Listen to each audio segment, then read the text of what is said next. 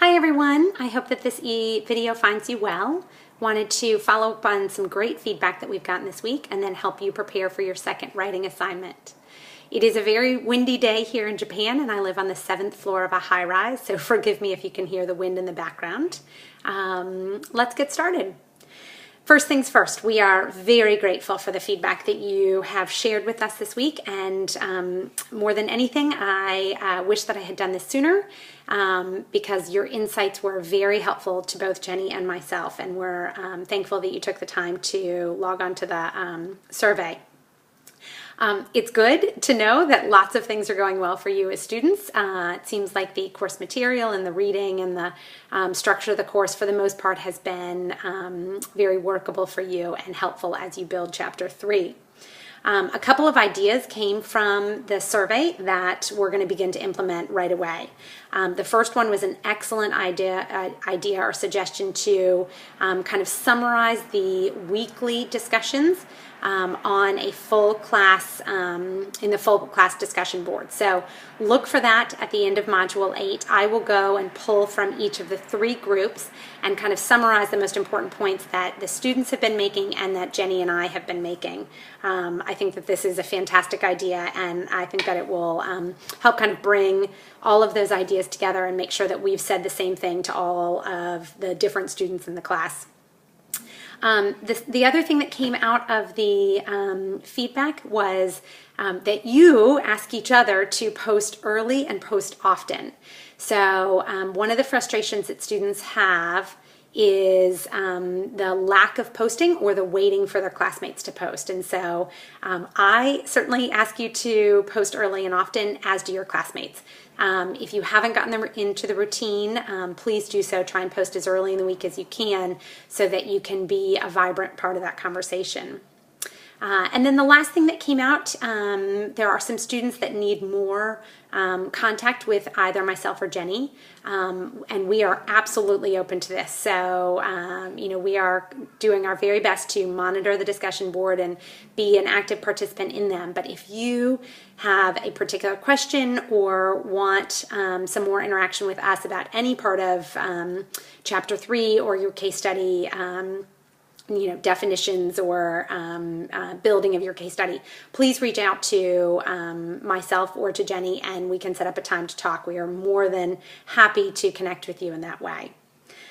So with that said, please keep the lines of feedback open. We are learning as we go, and so we are always happy to hear from you.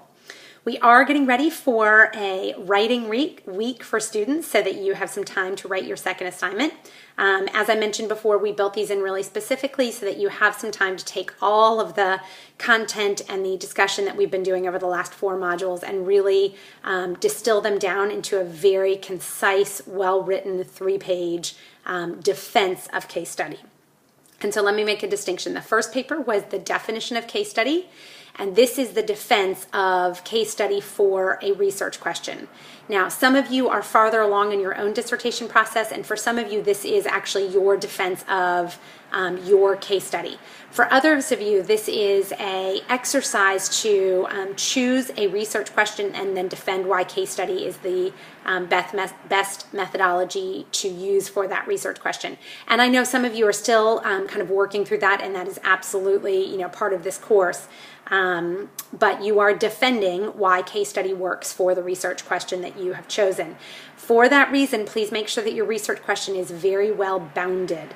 You want to make sure that it is something that can be answered in a case study, not a phenomenology, not a grounded theory where you're trying to create theory, but you are trying to understand something within a particular context. I'm going to ask you to do a lot in 3 pages. So you are defending your case study. You are bringing yin into the conversation. The last paper we really focused on Miriam, and this gives an opportunity to utilize yin and help him or have him help you defend your case study. And we'll ask that you do this all in 3 pages again. So please take what you've done on the discussion board and start to really narrow it down so that you're addressing the specific questions that we've asked. The rubric will look very similar to the last rubric. It'll have each of the different components of the assignment in it, and then there will be a component for your writing and for your APA.